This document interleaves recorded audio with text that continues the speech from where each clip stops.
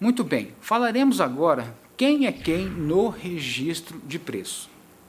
Como assim, Túlio? Quem é quem no registro de preço? É importante que você, observador social, internauta, cidadão, empresário, servidor público que nunca teve contato com o registro de preço, entenda quem são os partícipes desse processo. E aí, atacando de maneira mais objetiva quanto à sua realização. Muito bem, existe a figura do órgão gerenciador. Quem é o órgão gerenciador? O órgão gerenciador nada mais é do que o órgão ou entidade da administração que cuidará de realizar o registro de preço. Então, compete ao órgão gerenciador realizar todos os procedimentos relativos à licitação, tanto da fase interna quanto o da fase externa. E olha que interessante, quando o órgão gerenciador estabelece os seus quantitativos, a sua estimativa, a sua especificação técnica, surge no âmbito federal a figura da intenção de registro de preço, que nós trataremos adiante, que é uma fase que antecede a realização do registro de preço propriamente dito. Por quê? Para se evitar o uso indiscriminado dos caronas. Ou seja, essa intenção de registro de preços é um procedimento prévio, anterior à realização do registro de preço, onde os órgãos ou entidades da administração tomam conhecimento que aquele órgão gerenciador está realizando ou realizará um registro de preço para aquele material, para aquelas especificações. E no âmbito federal é tudo feito via sistema. E o sistema colabora com a transparência e com a eficiência dessa intenção de registro de preço. Pois bem, então o órgão gerenciador cuida de tudo isso. Cuida de realizar a licitação, cuida de lançar o edital, publicar, executar, assinar a ata, chamar todo mundo para assinar a ata. Essa é uma figura muito importante, se não a mais importante, sem ele não existiria registro de preço. A segunda figura que abordamos aqui agora é o órgão participante. Quem que é o órgão participante?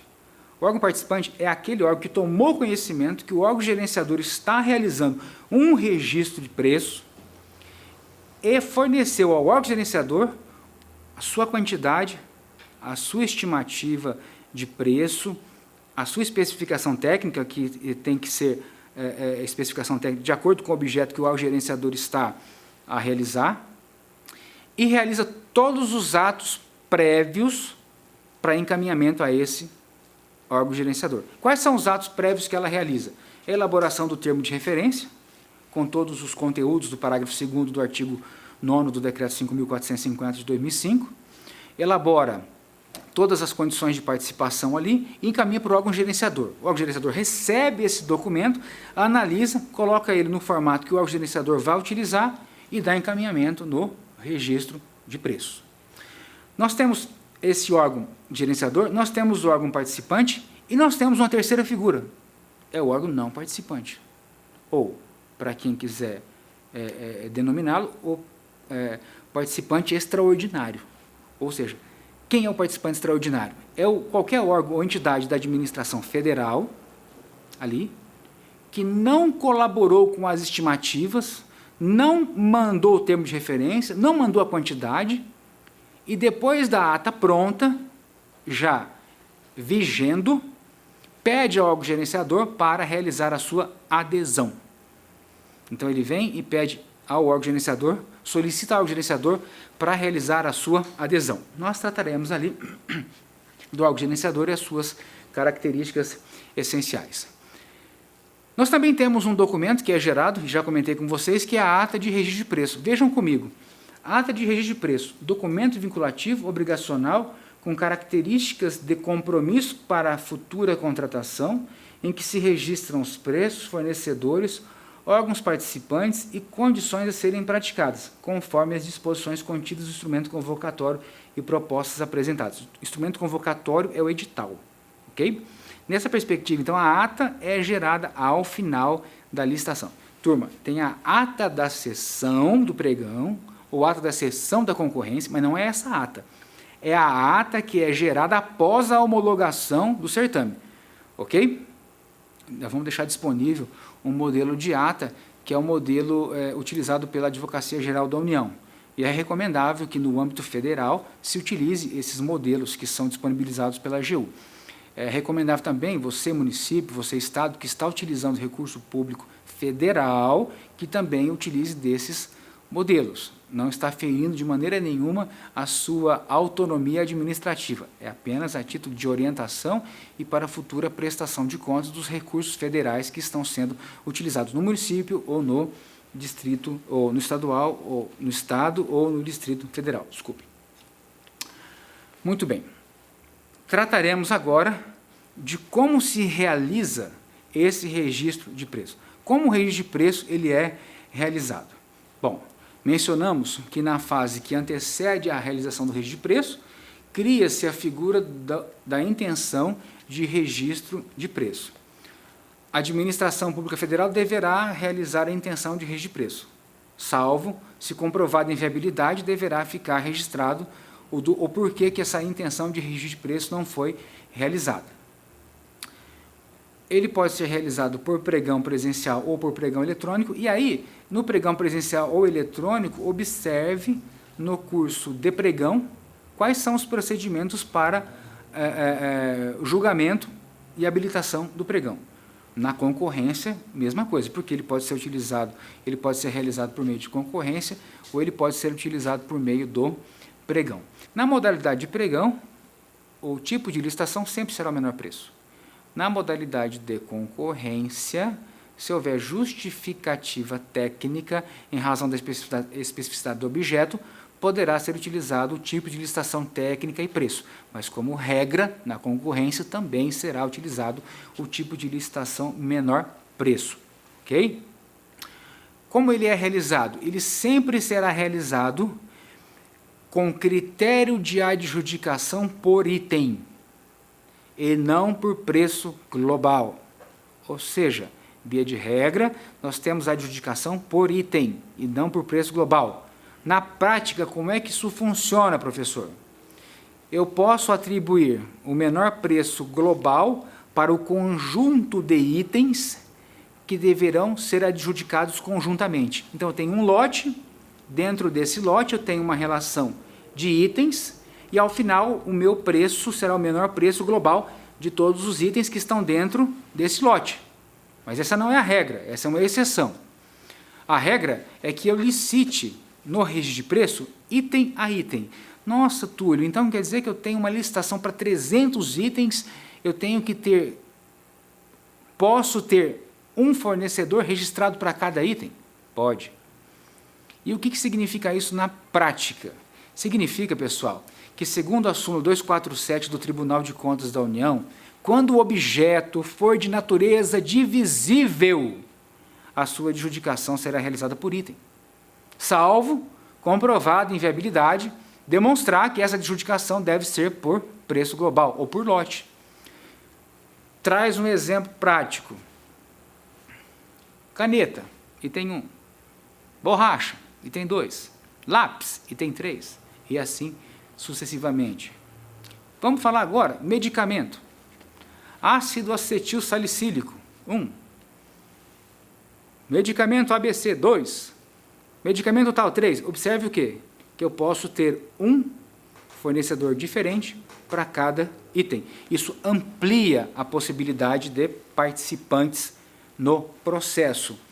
Observador social, uma dica. Você se depara com um edital de registro de preço, onde o critério de menor preço se refere ao menor preço por lote. Por quê? Porque resolveram reunir objeto com similaridade de identidade e fazê-lo em um lote. É legal? É viável? É perfeitamente aceitável, desde que fique demonstrado no processo que se eu separasse esse lote por itens distintos, eu poderia trazer prejuízo para o todo do objeto. Então é muito delicada a escolha, mas que, via de regra, será o menor preço por item e não o menor preço global. Então, detalhe, o Tribunal de Contas da União já se manifestou que, em sendo o critério de julgamento menor preço global para o lote, todos os itens que estão dentro desse lote, ao final da sessão, todos os preços desses itens devem ser iguais ou menores que o preço estimado da contratação.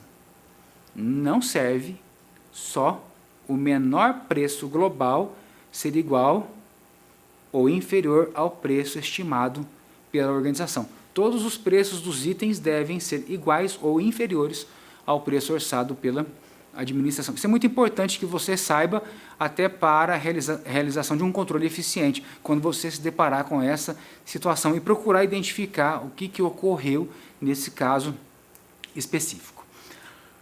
Por quanto tempo o registro de preço fica disponível na praça para que os interessados possam retirar o seu edital e participar da licitação? A depender da modalidade. Se for por pregão, o prazo não será inferior a 8 dias úteis. Se for por concorrência do tipo menor preço, o prazo será de 30 dias consecutivos. E se for uma concorrência do tipo técnica e preço, será de 45 dias. Observe que o procedimento está observando as regras de acordo com as respectivas modalidades. Para o registro de preço, significativa vantagem foi apresentada, trazida pela Lei 8666. Diz respeito a quê? Que não há necessidade de disponibilidade orçamentária para a sua realização. Na prática, significa que eu posso realizar todo o registro de preço, ter uma ata assinada, publicada, válida, e aí quando surge a necessidade da contratação, eu verifico a disponibilidade orçamentária para a contratação daquele item ou daqueles itens específicos. Ok? Nesse caso, não há necessidade da disponibilidade orçamentária para a sua realização. Quem realiza o julgamento do registro de preço? Se for no pregão, é o pregoeiro. Se for em concorrência, será a comissão permanente ou a comissão especial de licitação. Nessa perspectiva, então, de como é realizado, a gente avança para esmiuçar quais são as competências do órgão gerenciador. Bom, o órgão gerenciador tem por competência registrar a intenção de registro de preço, na fase pré-registro de preço.